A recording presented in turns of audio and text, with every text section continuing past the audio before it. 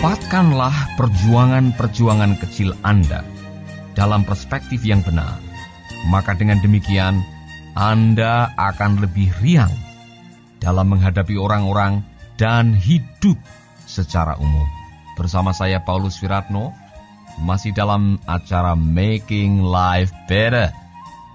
Saudara pendengar dimanapun saudara berada pada saat ini adalah sebuah kebahagiaan dan karunia yang perlu disyukuri. Kalau pada hari ini kita masih diberi kesempatan sekali lagi untuk mendengarkan kebenaran. Bukankah kita diperintahkan untuk mengejar kebenaran atau memprogram pikiran kita dengan kebenaran-kebenaran yang bisa menolong kita? Karena kebenaran yang kita masukkan di dalam otak kita akan melahirkan perasaan dan juga akan mempengaruhi kehendak di dalam kehidupan ini. Saudaraku, apa yang baru saya baca adalah sebuah kutipan yang saya ambil dari sebuah buku yang berjudul 50 Self-Help Classic. Dan salah satu di dalam buku itu mengupas mengenai jangan terlalu banyak memusingkan hal-hal yang bersifat remeh. Jangan terlalu banyak dan menghabiskan energi serta keringat saudara hanya untuk hal-hal yang remeh. Nah, itu memang satu hal yang kadang-kadang kita tidak pernah menyadari. Waktu kita habis hanya untuk menyelesaikan hal-hal yang kecil, hal-hal yang sebetulnya tidak termasuk menjadi prioritas di dalam kehidupan kita. Tetapi sayangnya inilah kenyataan. Banyak di antara kita waktunya habis hanya untuk hal-hal yang kecil. Oleh karena itu dengarkanlah kutipan yang saya ambil dari Bapak Richard Carlson yang bunyinya seperti ini. Begitu banyak orang yang menghabiskan energi hidup mereka hanya untuk mengurusi hal-hal remeh. Akibatnya, mereka benar-benar tidak bisa menikmati keajaiban dan keindahan hidup. Nah, saudaraku, pada waktu kita terlalu banyak mengurusi hal-hal yang remeh, hal-hal yang kecil, kita bisa saja kehilangan fokus. Bisa saja kita kehilangan arah. Visi yang besar yang sudah ditetapkan di dalam hidup kita, dalam rumah tangga kita, dalam pelayanan kita, dalam perusahaan kita, bisa saja tidak tercapai gara-gara kita terlalu banyak memusingkan masalah-masalah yang remeh. Salah satu alasan utama mengapa ada begitu banyak di antara kita yang hidup dalam ketergesaan, kecemasan, dan kompetisi, dan menjalani hidup seolah hidup adalah suatu yang gawat dan mendesak, adalah karena ketakutan kita, yaitu bila kita hidup dalam kedamaian dan ketentraman, kita berhenti mengejar sasaran kita. Kita akan menjadi malas dan apatis. Anda akan mengubur ketakutan ini saat Anda menyadari bahwa justru sebaliknya yang benar. Kecemasan pikiran yang kalut akan menghabiskan sejumlah besar energi serta menghisap kreativitas dan motivasi dari hidup kita.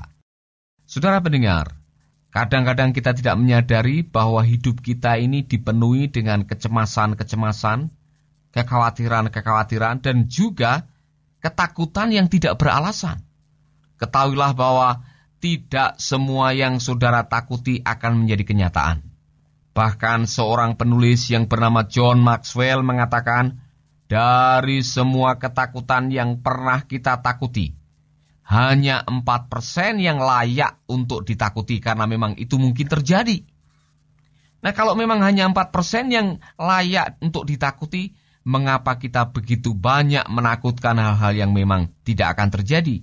Nah, itulah kehidupan kita. Kita ini sudah menderita epidemik yang namanya khawatir. Manusia lahir bukan untuk mengkhawatirkan hal-hal di dalam kehidupan ini. Kita lahir untuk menikmati damai sejahtera yang Tuhan berikan.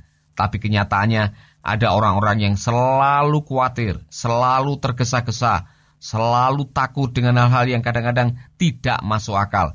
Hal-hal yang sepele. Saudara bayangkan, ada orang-orang tertentu yang begitu khawatir gara-gara jerawat pertama muncul. Coba bayangkan. Ada orang-orang tertentu yang khawatir jangan-jangan nanti dia tidak bisa mendapatkan jodoh.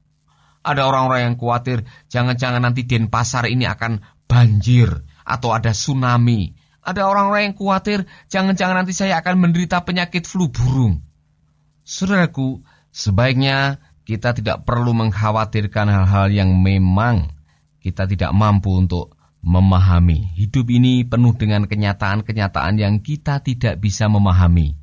Yang bisa kita lakukan adalah menerima kenyataan di dalam hidup ini. Nah, apa yang ditulis oleh Bapak Richard Carlson akan menolong kita untuk menjadi orang-orang yang bijaksana sehingga energi kita tidak habis gara-gara masalah-masalah yang sepele.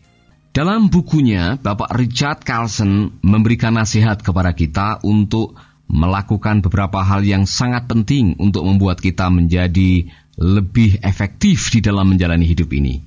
Saran yang pertama yang beliau katakan ialah belajarlah untuk bangun lebih pagi. Bangun jauh lebih pagi dari istri dan anak-anak membuat Pak Carlson memiliki jam-jam emas untuk membaca, untuk bermeditasi, untuk berdoa, atau merencanakan hari dalam kedamaian dan keheningan. Sejumlah orang menyampaikan padanya bahwa kegiatan bangun lebih pagi itu telah mengubah hidup mereka. Saran yang berikutnya yang beliau katakan ialah singkirkan pikiran bahwa orang yang ramah dan rileks tidak bisa mengejar prestasi. Saudaraku, sebuah kehidupan yang sibuk dan penuh ketergesaan mungkin sesuai dengan gambaran kita tentang individu-individu yang penuh semangat dan berprestasi. Sementara kehidupan yang lebih tenang dan penuh cinta lebih sesuai dengan gambaran kita tentang si pemimpi yang lesu. Entah bagaimana, kita sudah memiliki sebuah pemikiran, orang yang sukses adalah orang yang sibuk dan banyak tergesa-gesa. Dan orang-orang malas adalah orang-orang yang santai, orang-orang yang tidak memiliki apa-apa. Ternyata gambaran itu tidak benar seluruhnya.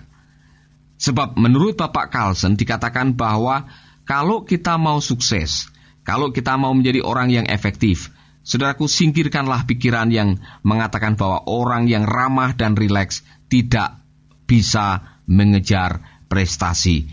Kalimat itu salah, tidak selalu benar.